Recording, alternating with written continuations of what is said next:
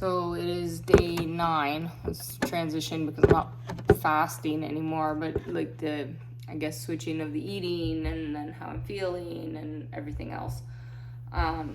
So, it's really going to switch to recognizing, like, okay, sugar has been an issue and the food addiction and my health and everything else. And then, okay, what's the cognitive, like, thoughts and how this is going to work. So yesterday I was feeling extremely exhausted, like the hunger, the exhaustion, like I crashed. So I spent the afternoon, I was like, okay, luckily I was able to nap. I couldn't even keep my eyes open. Like I said, walking even has been difficult. Like I feel like there's so many weights on me. Even doing it, like it's a struggle. So yesterday I had, so calorie wise, I went, they said I was trying to go for another day of, like, so after a fast, you want to build up to it. But I had, what would it be, like, I don't know, like 1,300 calories or something, which for my body and what I'm trying, like, would be pretty much a normal amount, give or take. There could be more, like, for what it's building up to, but I had, avocado, walnuts, so the fats out of fast. But like I started eating nuts and I was like, oh, I can't stop type of thing. But I had to be mindful, okay, go slow. Because those are the things that I'm trying to work through, so that I'm sitting, I'm chewing, I'm enjoying, I'm understanding the thought process and what's going into it, because I'm trying to really heal the gut. So that goes to the next stage of this, I've never tried in my life, and I don't plan on being on this long term, for the record. Who knows what's, like I said, I think there's life in real, but I need to do something drastic to change it, because it's my condition, so much in my brain and my body, and then all the other factors, right? This is why I'm trying this, and plus I have to like a candida overgrowth, yeast, so obviously, like, just a massive amount of things going on.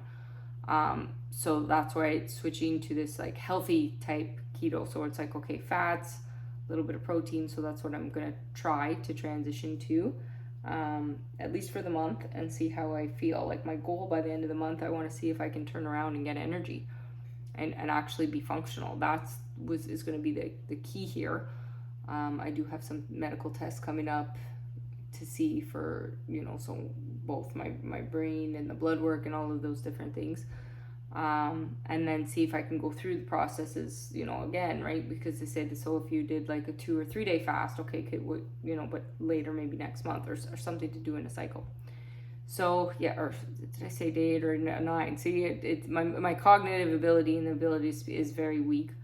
Again, though, stress factor. It's a stress factor that's shutting my body down. That's why I'm really trying to fight this on the health side, so that I can find a way, hopefully, to combat the stress. I have to take drastic measures when you remind you, I want something, right? You want to eat something or whatever, but it's more than that when it becomes your health. Or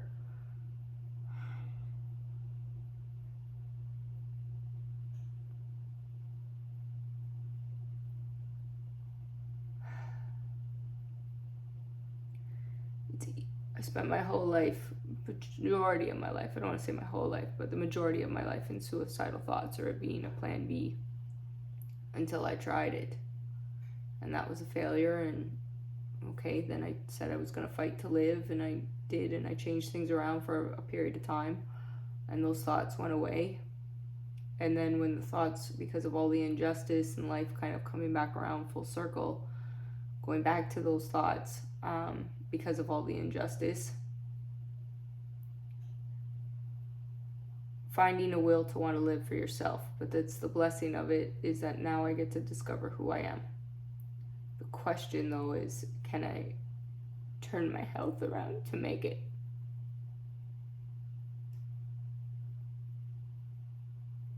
So finding the will to want to live after you've wanted to die, because it's hard to find a reason to live.